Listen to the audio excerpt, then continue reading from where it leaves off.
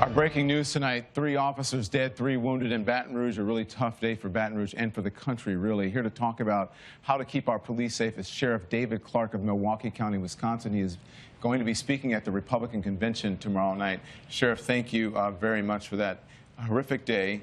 I spoke to the heads of the Sheriff Department, the Police Department, and the state police down there, and they told us how their hearts were reeling. Their message is peace and coming together in the country. What's your message? You don't believe that for 1 minute, do you? That their message is? Yeah.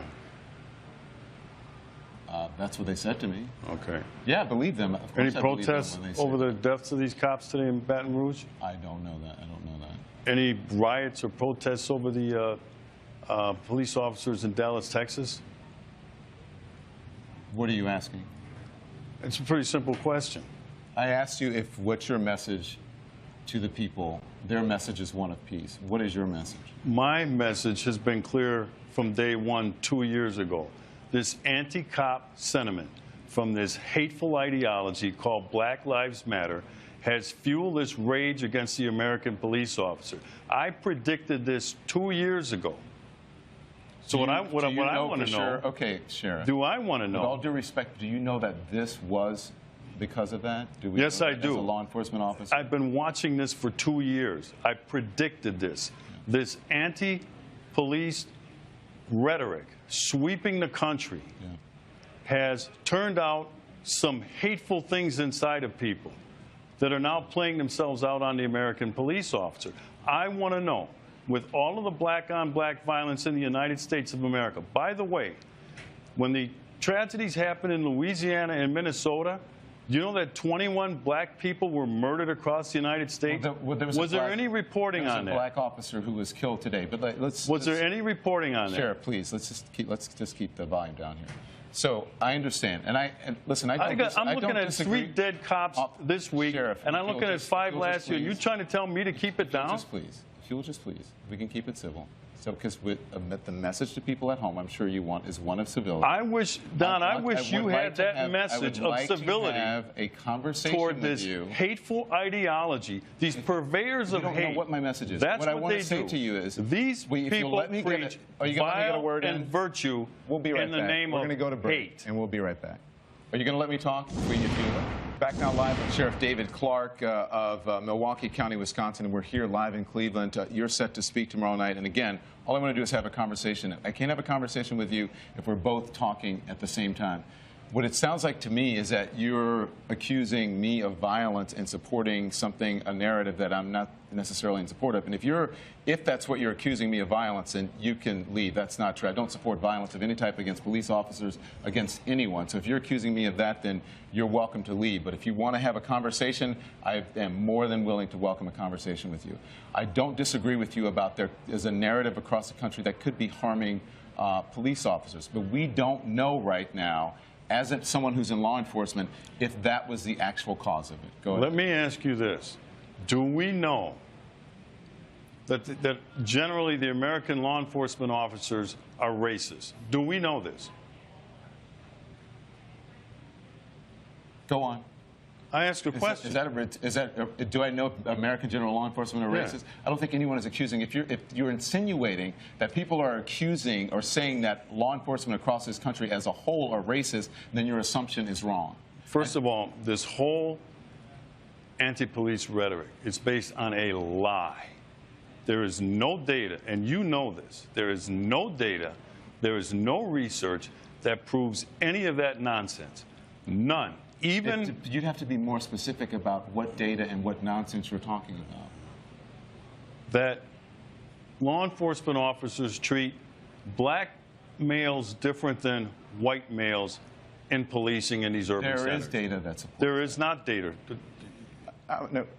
The president spoke about it. Cedric Alexander, who is a law enforcement officer. The president has been lying about it. He said it again the other day when he said black males are 2 times more likely to be shot by a law enforcement officer than white male. Don, that is a lie. That is not a lie. It is a lie. Yes. Show me. The research Show me. The research Show it to me that we have from the Washington Post, that The Washington facilitated a Post study. debunked that nonsense. There's also research. He also said Sheriff, this time. There's also research. He from continues. A Harvard professor that also showed that black people are treated more aggressively by police officers. No, you are than other wrong in your interpretation of that Harvard study, because I read the study. That's not what he said. He said he was surprised to find that in shootings of the most severe in shootings that he found no evidence that there was a difference. Also, it should be noted that that study was a very small sampling of police departments across the country. Many people did not find it credible, but it is also interesting that in that research he found that blacks were treated differently when it came to aggressive policing, but for the most egregious shootings he found no difference. That's what that study showed. Well, based on what? Just generally? Are we talking about high crime areas? Are we talking about police officers being under attack? Because let's go back to where this whole thing started in Ferguson, Missouri.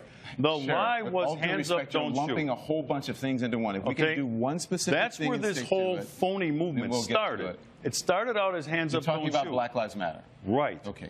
So if you want to, you would need to speak to someone who is a member of Black Lives Matter about whether they have perpetrated a fraud on the American people. That's up to Black Lives Matter. That's not me. I'm neither a member of Black Lives Matter, I'm neither a supporter or someone who doesn't support them. I simply report on Black Lives Matter. Do you condemn the anti-police rhetoric coming from this hateful ideology? As a journalist sitting here on television, I don't have to condemn anyone, anything. That is something that you should ask. Other people around the country, I condemn their jobs to condemn just that. like I condemn the hateful ideology out of groups like the KKK. All right? I condemn it. There is no place in American discourse for that sort of vile, vitriolic hate coming out of this ideology. This has fueled and fanned the flames of this anger toward the American police officer. There's only one group in America, one time, that truly cares about the lives of black people in these urban ghettos. And it's the American police officer who goes down there on a daily basis, puts their life on the line to protect who? Black people.